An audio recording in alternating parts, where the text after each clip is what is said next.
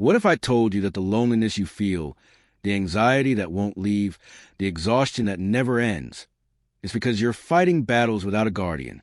Every warrior needs protection. Every soul needs a guide.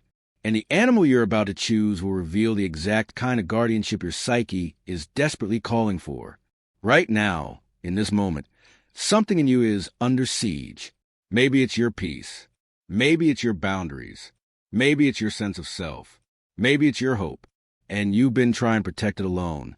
You've been fighting without backup, defending without support, standing guard over your own soul while simultaneously trying to live your life.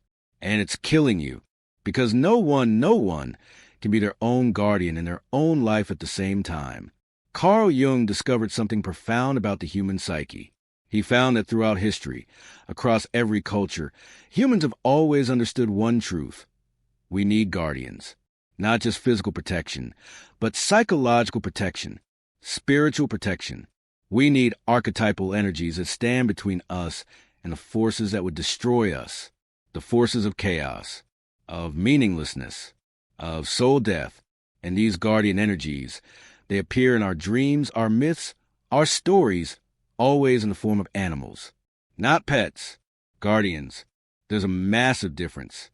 A pet is something you take care of. A guardian is something that takes care of you. A pet depends on you. A guardian protects you. A pet is cute. A guardian is powerful. And right now, whether you consciously know it or not, your unconscious is calling for a specific guardian, a specific archetypal protector. And the animal you choose today, that's going to reveal what your soul knows it needs to survive what's coming. Before we begin, I need you to understand what's really happening here. This isn't a fun quiz about which animal matches your personality. This is depth psychology. This is about recognizing that you're in a psychological battle right now. You might not see it that way. You might just feel anxious or tired or lost or overwhelmed. But those feelings, they're symptoms. Symptoms of being under attack. And not physical attack. Spiritual attack. The world is attacking your authenticity.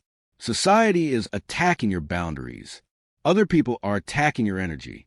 And you've been trying to fend yourself alone. But here's what Jung understood. You can't fight these battles with your conscious mind alone. Your ego isn't strong enough. Your willpower isn't enough. You need archetypal energy. You need a guardian from the collective unconscious. An ancient protector that knows how to defend what's sacred in you. And today, you're going to meet that guardian. You're going to recognize it. And once you do, everything changes. In just a moment, I'm going to show you 3 animals. The cat, the dog, and the horse. 3 completely different guardians. 3 completely different forms of protection. 3 completely different kind of safety. And the one that makes something in your chest recognize itself. That's your answer. That's your guardian. That's what's been trying to reach you through your dreams, your intuitions, your strange attractions to certain animals. Don't think about this logically. Don't pick the animal you like best. Don't pick the animal you own. Pick the animal that feels like safety, like protection, like the presence you wish was walking beside you through your life. Your unconscious already knows. It's already calling for a specific guardian. You just need to listen. Look at these 3 animals now. Really look at them. The cat, independent and mystical, seeing what others can't see. The dog, loyal and devoted, standing by your side no matter what. The horse, powerful and free, carrying you away from danger toward destiny. Which one are you calling for? Which one is calling you? Pause this video if you need to. This choice matters. This choice is about to reveal what your soul needs most. Have you chosen? Can you feel which guardian is yours? Good. Now let's discover what you've been fighting alone and what kind of protection is finally coming. The cat, the guardian of your inner world. If you chose a cat, your guardian is the mystic protector, the keeper of secrets, the one who guards your inner world from invasion. And here's what that means. You're not being attacked physically. You're being attacked psychically, energetically. People are draining you. Situations are depleting you. The world is demanding access to your inner sanctuary, and you've been letting them in.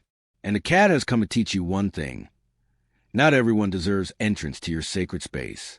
Here's who you really are and why you need this guardian. You're deeply sensitive. Maybe you're an empath. Maybe you're intuitive.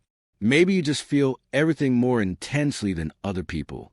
And because of this, you've been living with your doors wide open, letting everyone's energy in, absorbing everyone's emotions, taking on everyone's problems. And you're exhausted, not physically tired, so tired because you've been invaded.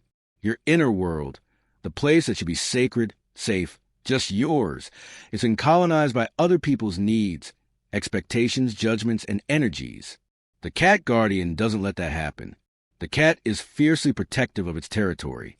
It decides who enters and who doesn't. It moves silently. It sees in the dark. It senses danger before it arrives. And most importantly, it has boundaries that aren't negotiable. The cat doesn't explain its boundaries, doesn't justify them, doesn't apologize for them. It simply enforces them. And that's what you need to learn. That's what your guardian is here to teach you. Jung would call this guardian the protector of your anima or animus, your inner masculine or feminine energy, your soul, the part of you that society can't touch, shouldn't touch. The cat guards that. It walks the perimeter of your psyche and says, this far and no further. You cannot enter here. This is sacred ground. And you've forgotten how to do that. You've forgotten that not everyone gets access to you. Not everyone deserves to know you. Not everyone should be allowed into your inner world. Here's what's been happening. People have been treating you like your public property, like your time, your energy, your emotional labor is available to anyone who asks for it. And you've been complying because you're kind, because you're empathetic, because you don't want to hurt anyone's feelings. But kindness without boundaries isn't kindness. It's self-destruction. And the cat has come to show you that protection isn't mean. It's necessary. It's sacred. It's survival. The specific battle you're fighting, the one you didn't even know you were fighting, is a battle for sovereignty over your own inner life. Other people want to tell you what to think, what to feel, what to believe, what to want. And every time you let them in, every time you give them access, a piece of you disappears. A piece of your authenticity gets covered over.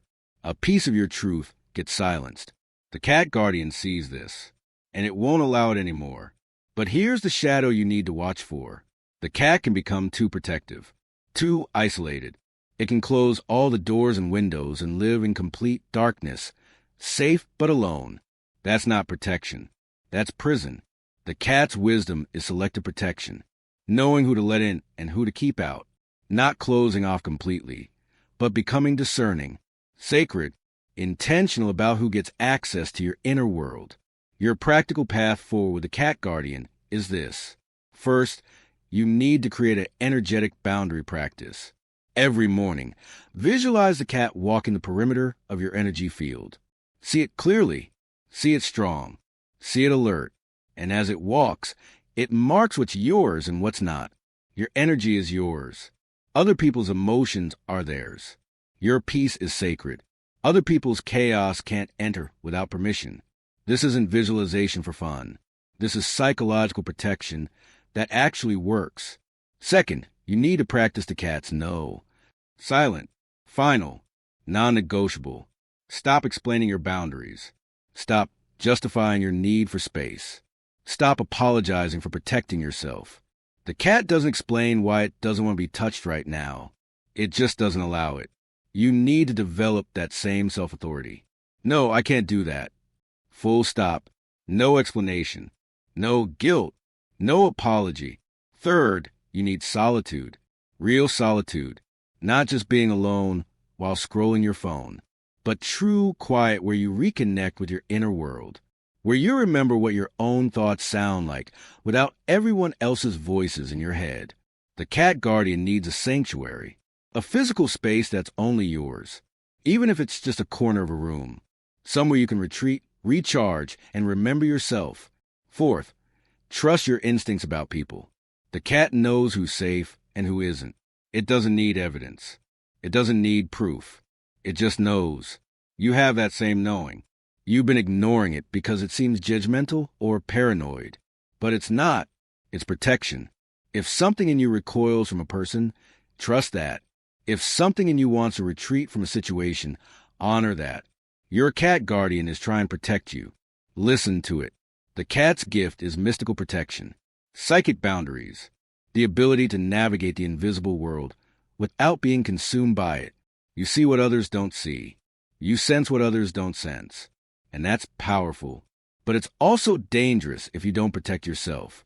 The cat teaches you that being open doesn't mean being available. Being sensitive doesn't mean being defenseless. Being intuitive doesn't mean absorbing everything you sense. Your relationships will change dramatically once the cat becomes your conscious guardian. You'll stop overgiving, stop overexplaining, stop being available to people who drain you. And some people will call you cold, distant, changed. Let them.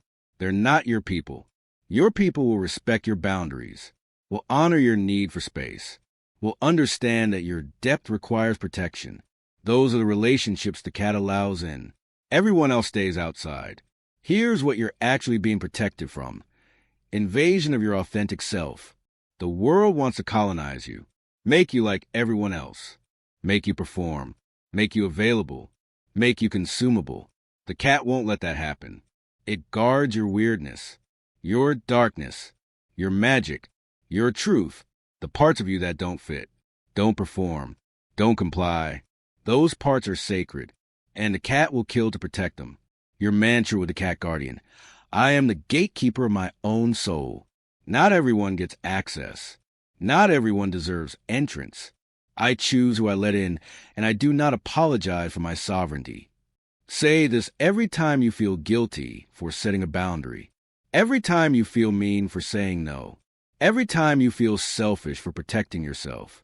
The cat doesn't feel guilty. Neither should you. The dog, the guardian of your heart. If you chose a dog, your guardian is the loyal protector, the heart guardian, the one who defends your ability to love, trust, and connect. And here's what that means. You're not being attacked by invasion like the cat. You're being attacked by isolation, by betrayal, by the fear that if you open your heart again, it'll be destroyed again. And the dog has come to show you that loyalty still exists, that devotion is real, that it's safe to love again. Here's who you really are and why you need this guardian. You've been hurt, deeply hurt. Someone you loved betrayed you. Someone you trusted abandoned you. Someone you believed in destroyed your faith in connection. And you did what any wounded animal does. You closed your heart. You built walls. You decided that if you never love fully again, you can never be hurt fully again. And you've been living like that, protected but alone, safe but disconnected, surviving but not living. The dog guardian comes to the wounded heart, to the person who's afraid to trust again, to the one who's been betrayed so many times they've forgotten what loyalty looks like. And the dog says, I will never leave. I will never betray. I will love you on your worst days. I will stay when everyone else runs. I am proof that devotion exists, and I'm here to protect your ability to love again. This is what most people don't understand about the dog guardian. It's not protecting you from other people. It's protecting you from yourself, from your own cynicism, your own bitterness, your own hardening. Because here's what happens after betrayal. You don't just stop trusting others. You stop trusting yourself. You stop trusting your judgment. You stop trusting that you're worth loving. You stop trusting that good things can happen. And slowly, quietly, your heart turns to stone. And the dog won't let that happen. Jung would say the dog is protecting your capacity for relationship. Your anima if you're male. Your animus if you're female. Your ability to project and receive love. Because that capacity, that ability to bond, to attach, to love another being, that's not just nice to have. That's essential to being human. Without it, you're just surviving, just going through the motions, just waiting to die. The dog knows this, and it stands guard over your heart's ability to risk again. Here's the specific battle you're fighting. You're at war with your own hope. Part of you wants to believe people can be good, can be loyal, can be trustworthy. But another part of you, the wounded part, keeps showing you evidence of why that's stupid, dangerous, naive, So you're stuck. 1 foot toward connection, 1 foot toward isolation, unable to fully retreat, unable to fully engage. And that's the worst place to be. That's living in perpetual fear. The dog guardian doesn't let you stay there. It makes a decision for you. It says, I will trust on your behalf until you can trust again. I will love when you're too afraid to love. I will stay loyal to your healing even when you want to give up. I am the bridge between your wounded past and your connected future. And I won't let your heart die. But here's the shadow. The dog can become codependent, can attach to people who don't deserve loyalty, can stay in situations that are actually harmful because it confuses loyalty with self-abandonment, can protect your heart so fiercely that it never lets you make your own choices, can become the guard dog that keeps everyone out, even the people who are safe. You need to watch for this, because the dog protection should restore your ability to choose, not replace it. Your practical path forward with a dog guardian is this. First, you need to grieve what you lost, the betrayal, the abandonment, the heartbreak. You've been trying to move on without mourning, and that doesn't work. The dog sits with you while you grieve. It doesn't rush you, doesn't tell you to get over it, just sits, loyal to your pain until it's fully felt. Give yourself permission to grieve fully, to cry, to rage, to acknowledge that you were hurt and it wasn't your fault. Second, you need to start small. You can't go from closed heart to fully open. That's too much, but you can crack the door. The dog teaches you that trust is rebuilt in small moments. A friend who shows up when they say they will. A family member who listens without judgment. A stranger who shows unexpected kindness. Notice these moments. Let them register. Let them show you that not everyone is unsafe. The dog is gathering evidence for you that goodness still exists. Third, you need to practice self-loyalty. Before you can trust others, you need to trust yourself. The dog is loyal to you first. It teaches you to keep your promises to yourself, to show up for yourself, to defend yourself, to not abandon yourself for other people's comfort. Practice this daily. Make a small promise to yourself and keep it. That's how you rebuild self-trust. That's how you become your own loyal guardian. Fourth, you need to learn discernment. The dog is loyal, but it's not stupid. It knows the difference between someone who's trustworthy and someone who's just charming. You need to develop that same wisdom. Watch people's actions, not their words. Trust patterns, not promises. Give loyalty to those who've earned it, not to those who demand it. The dog doesn't protect your heart by keeping everyone out. It protects your heart by helping you choose wisely who gets in. The dog's gift is a restoration of faith. Faith in people. Faith in connection. Faith in your own worthiness of love. You've been living in a world where you believe everyone will eventually hurt you. And that belief is creating your reality. Because when you expect betrayal, you attract betrayers. When you expect abandonment, you create conditions for it. The dog breaks that pattern. It shows you that loyalty is real. And once you see it, once you experience it, you start attracting it. Your relationships will transform once the dog becomes your conscious guardian. You'll stop giving your heart to people who haven't earned it. You'll stop accepting crumbs of affection and calling it love.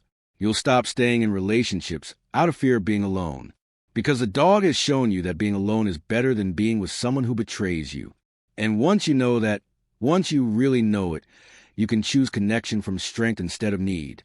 Here's what you're actually being protected from. The death of your capacity to love. Cynicism is seductive. It feels safe. It feels smart. But it's actually death. Death of the heart. Death of hope. Death of the possibility of real connection. The dog won't let that happen. It stands between you and cynicism and says, no, you will not let one betrayal or even 10 betrayals destroy your ability to love. You will not let past pain dictate future possibility. You will heal, and you will love again. And I will be here the whole time, loyal to your heart's resurrection. Your mantra with the dog guardian. I have been hurt, but I will not become hard. I have been betrayed, but I will not become bitter. I will love again, wisely this time, with discernment and boundaries. And I trust that loyalty exists because the dog has shown me. Say this when you feel your heart closing. when you feel cynicism creeping in, when you feel tempted to give up on connection. The dog reminds you that you're not alone, that devotion is real, that your heart is worth protecting and worth opening. The horse, the guardian of your freedom. If you chose a horse, your guardian is the freedom protector, the soul carrier, the one who defends your right to run, to move, to escape anything that tries to cage you. And here's what that means. You're not being attacked by invasion like the cat or isolation like the dog. You're being attacked by entrapment, by obligations, by expectations, by systems and people and situations that want to domesticate you, break you, turn your wild soul into something manageable. And the horse has come to protect your untamed spirit at all costs. Here's who you really are and why you need this guardian. You're wild, not reckless. Wild. There's a massive difference. Reckless is destructive.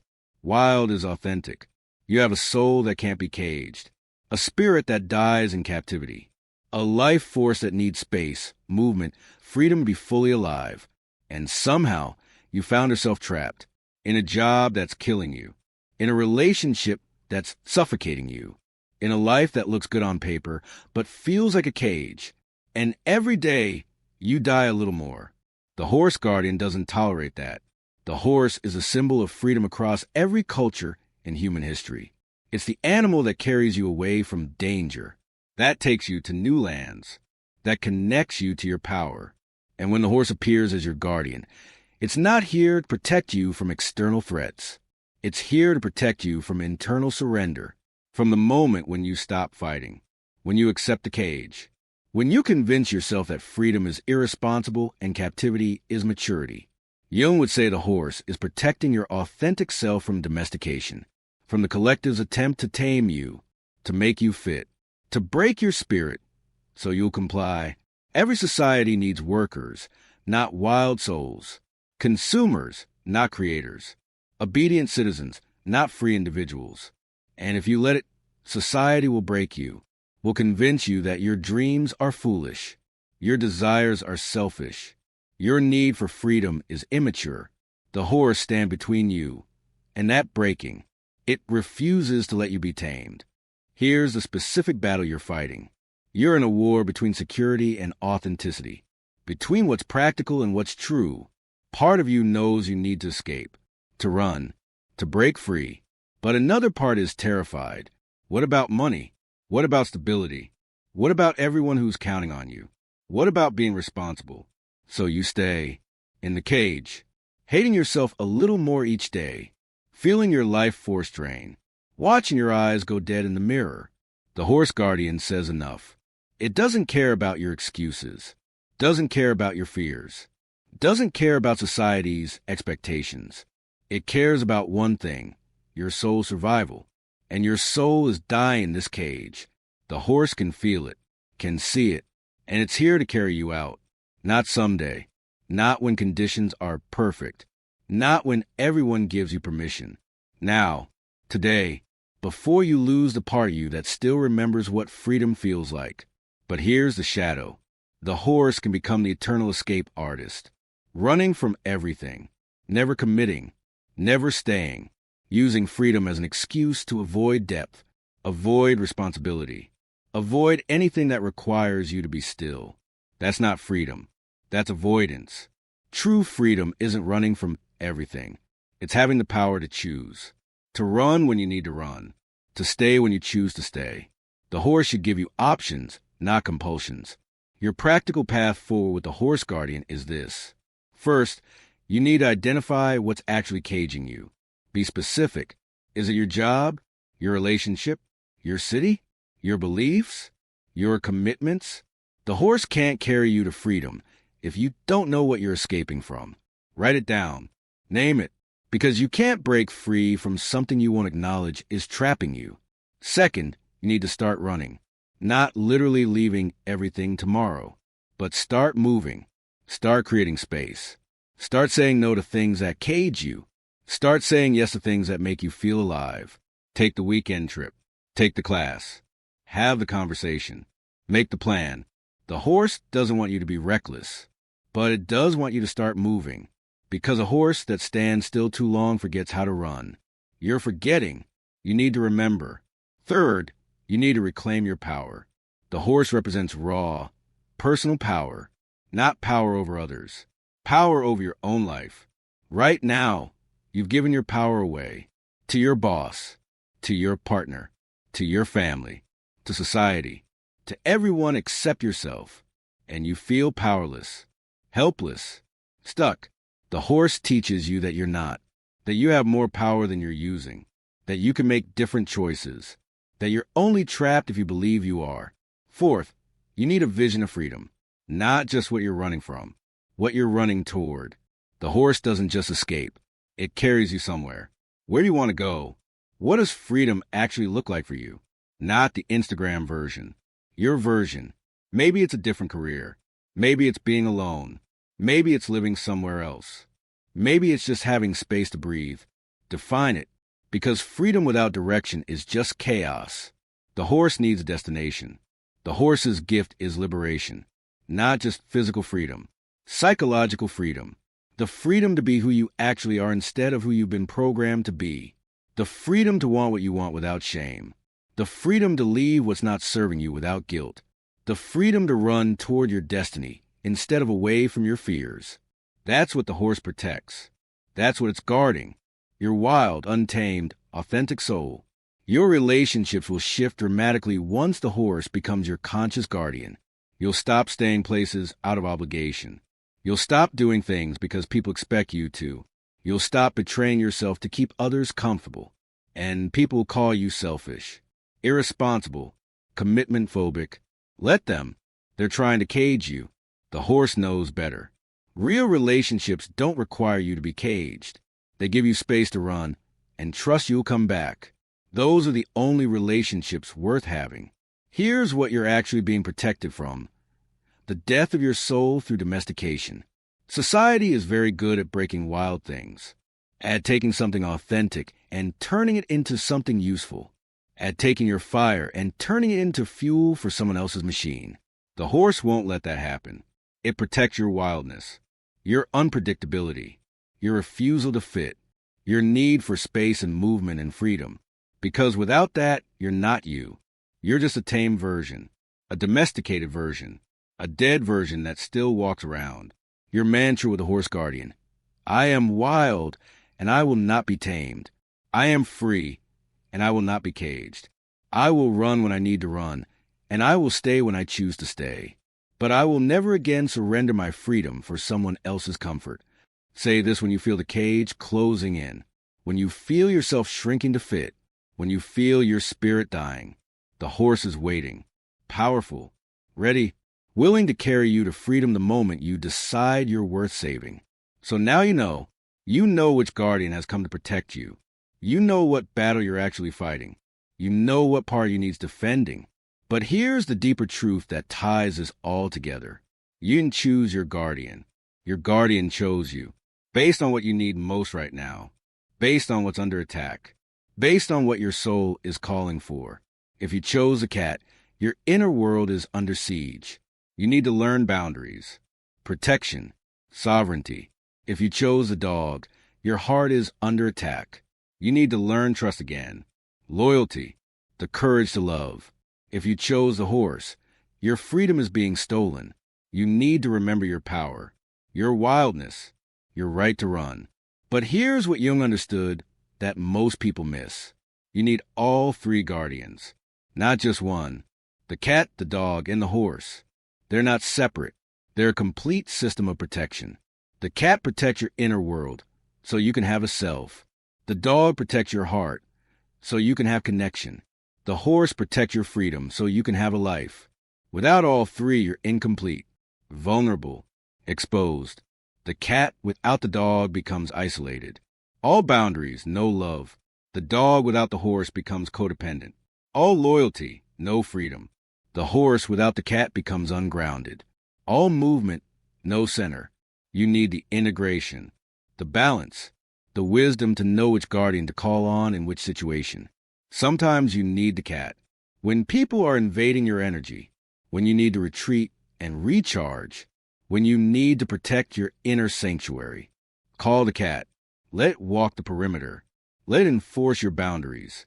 Let it remind you that not everyone gets access. Sometimes you need the dog. When your heart is closing, when cynicism is creeping in, when you're tempted to give up on people, call the dog. Let it show you that loyalty exists. Let it remind you that you're worthy of devotion. Let it protect your capacity to love. Sometimes you need the horse. When you feel trapped, when life feels too small, when you're dying in captivity, call the horse. Let it carry you to freedom. Let it remind you that you have power. Let it protect your wild soul from domestication. This is a practice. This is a path forward. Learn to recognize which guardian you need in each moment, which aspect of yourself needs protection right now, and call it consciously, with intention, with gratitude, because these aren't just symbols. These are real psychological energies, real archetypal forces, real guardians that exist in the collective unconscious and can be activated in your personal unconscious. Your final assignment is this: create a relationship with your primary guardian, the one you chose today. Talk to it, visualize it, feel its presence, ask it for help when you need protection, thank it when you feel its guidance. This isn't fantasy. This is depth psychology. This is Jung's active imagination technique. And it works. It actually works. Every morning, before you start your day, call your guardian. Visualize it standing beside you. Feel its presence. Ask it, what do I need to know today? What needs protecting? What battle am I facing? And listen. The answer will come, not in words necessarily, but in feelings, in knowing, in sudden clarity about what you need to do. And remember, you're not alone in this. You were never alone. You just didn't know your guardian was there. But it's been there all along, waiting, watching, ready to protect you the moment you acknowledge its presence. Now you have. Now you know.